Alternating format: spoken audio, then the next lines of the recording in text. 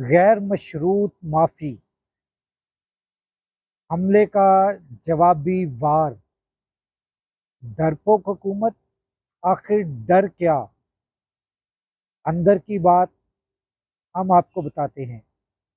सबसे पहले लाखों करोड़ों दरूद आप सल्लल्लाहु अलैहि वसल्लम और आप सल्लल्लाहु अलैहि वसल्लम की आले पाक पर और अहले बैत पर।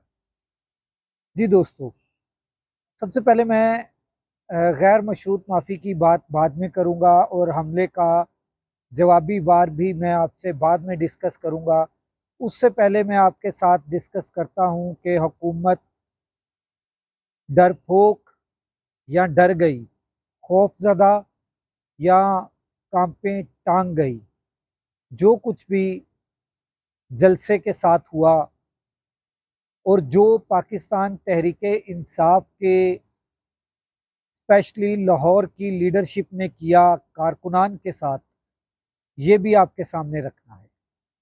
बल्कि सबसे पहले मैं यही रखता हूँ कि पाकिस्तान तहरीक-ए-इंसाफ की लीडरशिप जो है वो एमपीए हों, एमएनए हों, जिन्होंने एमपीए, एमएनए का इलेक्शन लड़ा है, माँ सिवाय 2-3 के, बाकी सब के सब जो हैं वो डर के 1 दिन 2 दिन पहले ही इस्लामाबाद चले गए और वहाँ पर जाकर मकीन हो गए, छुप गए और जलसे वाले दिन स्टेज के ऊपर एक जलसा हो रहा था।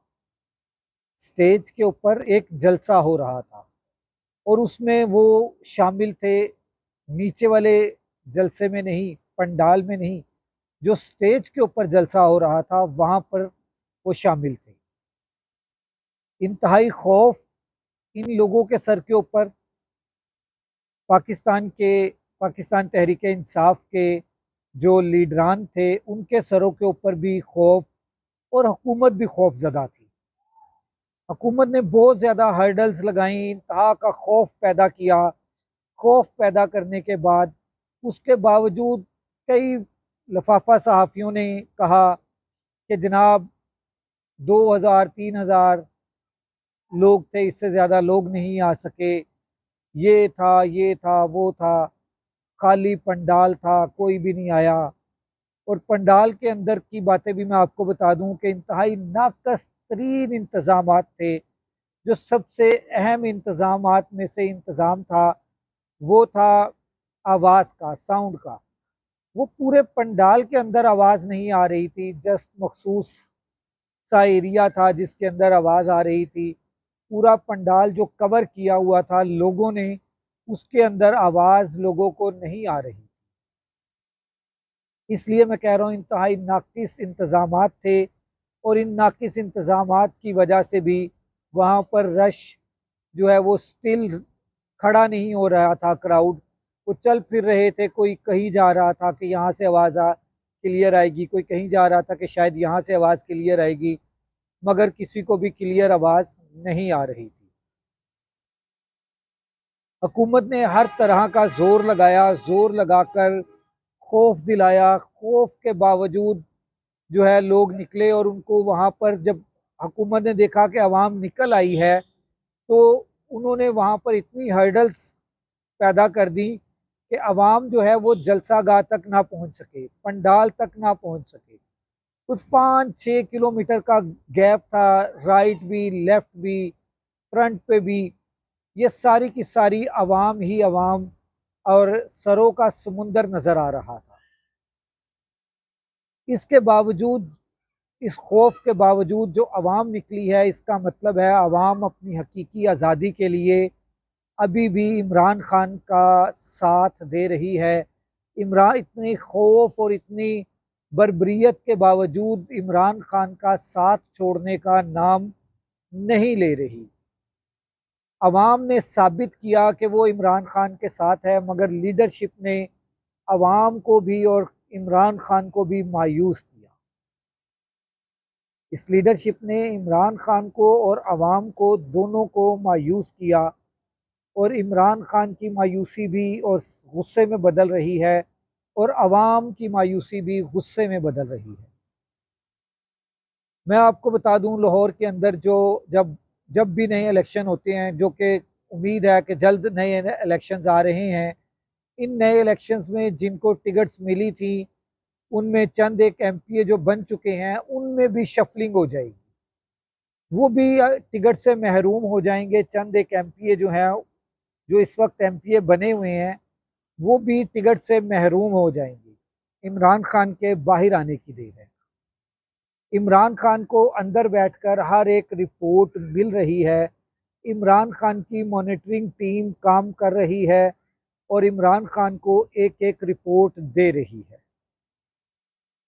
हुकूमत की जब टांगें कांपना शुरू हुई तो हुकूमत ने जलसा गा के राउंड अबाउट तकरीबन 15 किलोमीटर पे रख के हर तरफ से ब्लॉक कर दिया आने और जाने वाला रास्ता।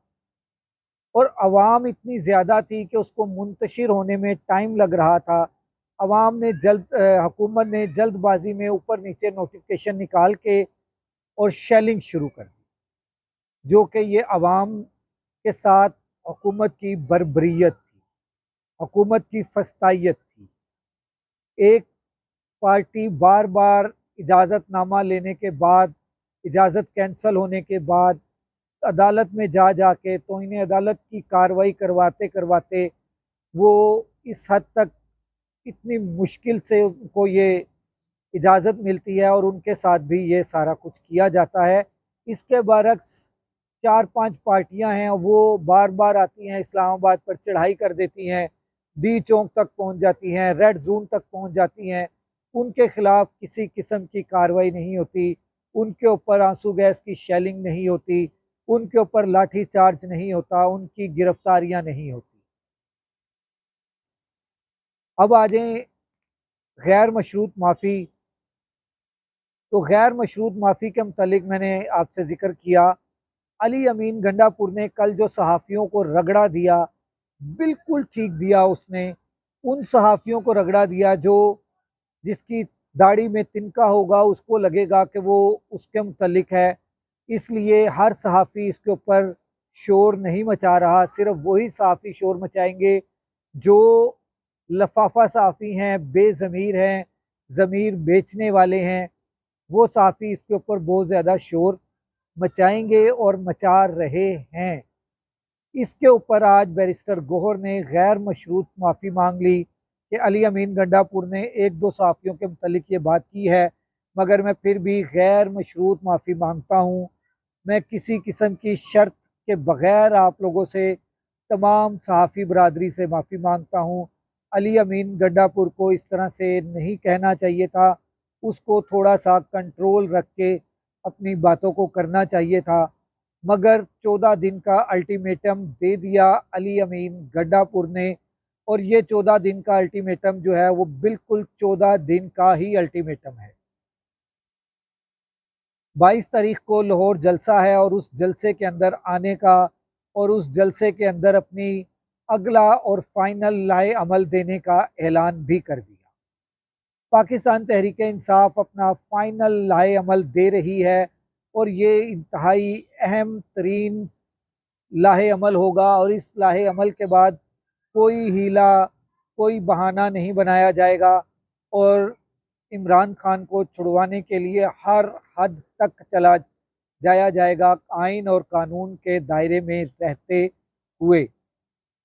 आज भी कुछ लोगों ने प्रेस कॉन्फ्रेंस की है, अली अमीन गंडापुर की जो बयान है उसके खिलाफ, उसके जवाबी कार्रवाई की है, जवाबी फायरिंग की है, मगर इधर से भी हवाई फायरिंग हो रही है और 2-3 लोगों ने बैठ के बहुत बढ़ चढ़ कर बातें की हैं।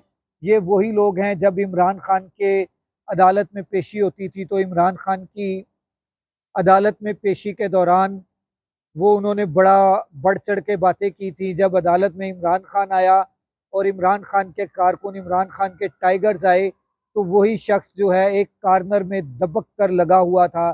जिस तरह शेर दहाड़ता है और गीदड़ छुप कर कोनों में, खुदरों में घुस जाते हैं, इसी तरह उस वक्त भी वो शख्स कोने खुदरे में छुप गया था। और अब भी जब शेर ने आकर लाहौर में धाड़ना है तो वो शख्स ना लाहौर में नजर आएगा, ना आपको पंजाब में नजर आएगा। फिलहाल गीदड़ भभकियां लगा रहा है, गीदड़ धमकियां लगा रहा है, उसकी गीदड़ धमकियों से कोई फ़र्क नहीं पड़ता। और ये वही शख्स है जो जब इस्लामाबाद में पीडीएम की हुकूमत थी, पंजाब में और खैबर पख्तूनख्वा में पीटीआई की हुकूमत थी, तो वो इस्लामाबाद से बाहर नहीं निकल रहा था कि कहीं मुझे पकड़ कर कुछ कर ना दे।